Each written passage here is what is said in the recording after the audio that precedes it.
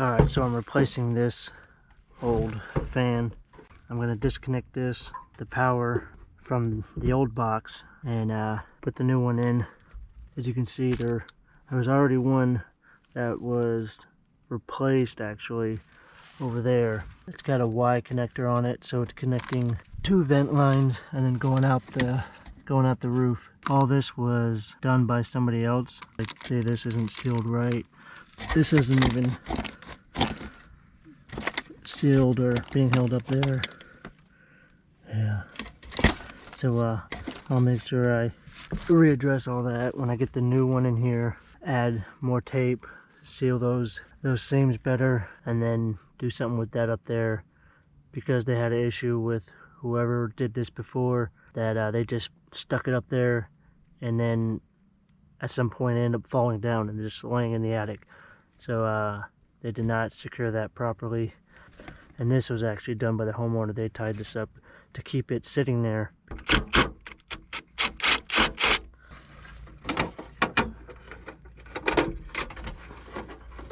So I have to keep in mind the way it's wired, because there's this, and what I'm replacing it with is a fan and a light. So they have it wired for a fan and the light, and it's run off of two different switches. It's set up down there where one switch controls the light and then one switch controls the fan. So the way it's connected here, I have to disconnect it and attach it the same way onto the new one, so it keeps everything the way it is now. Alright, so we got red and blue on one, black and black, and then 3 whites, and then ground. Yeah. Alright, so there's that. Old fan gone. It is a little warm up here, but actually the worst thing is just it's uncomfortable. Now let's get this new fan over here. Oh, what was that? Yep.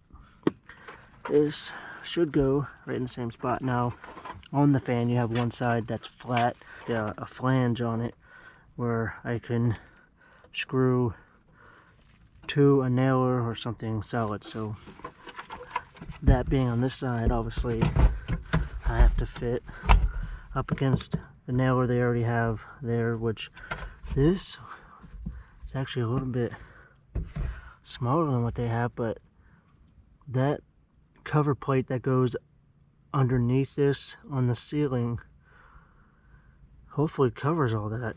So let me go ahead and screw that in. I'll go underneath, see what it looks like. I want this to be flush with the bottom of that drywall. These will pin up right in those grooves up there. Yep, we're good. Now we have to get power hooked up. Alright, what do we got here?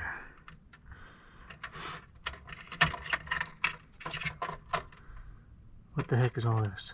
I've never seen that, but what we're attaching to needs to be wire nutted together, so we don't need that.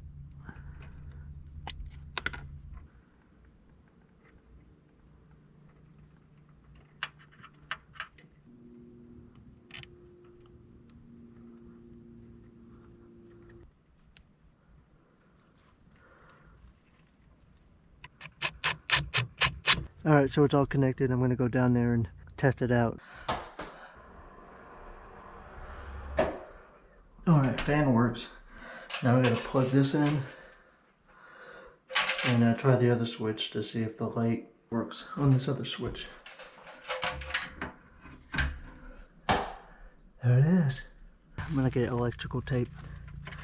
I want to tape all these, keep them intact and separated, so when I go to stuff them in here, they don't start pulling apart.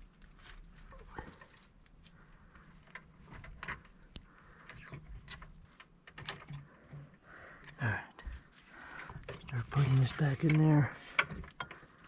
Now we can connect the vent hose. Alright, that's something I probably should have caught before, is how close we are to the truss. And you don't want to do anything that's too much of a bend. You don't want to interfere with your airflow, but should be able to bend it just enough to fit in there. So what we can do is attach this first, tape it.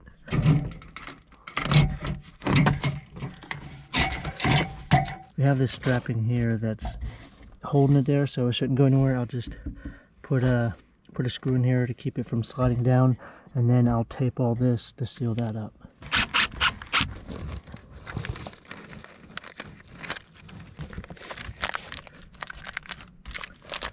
Alright, so that's it.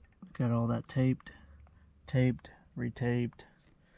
It's all going to the new fan, and hopefully works. There it is. Looks good. That's exactly what we wanted. Light on this one, fan on this one. Just takes a while for it to kick on.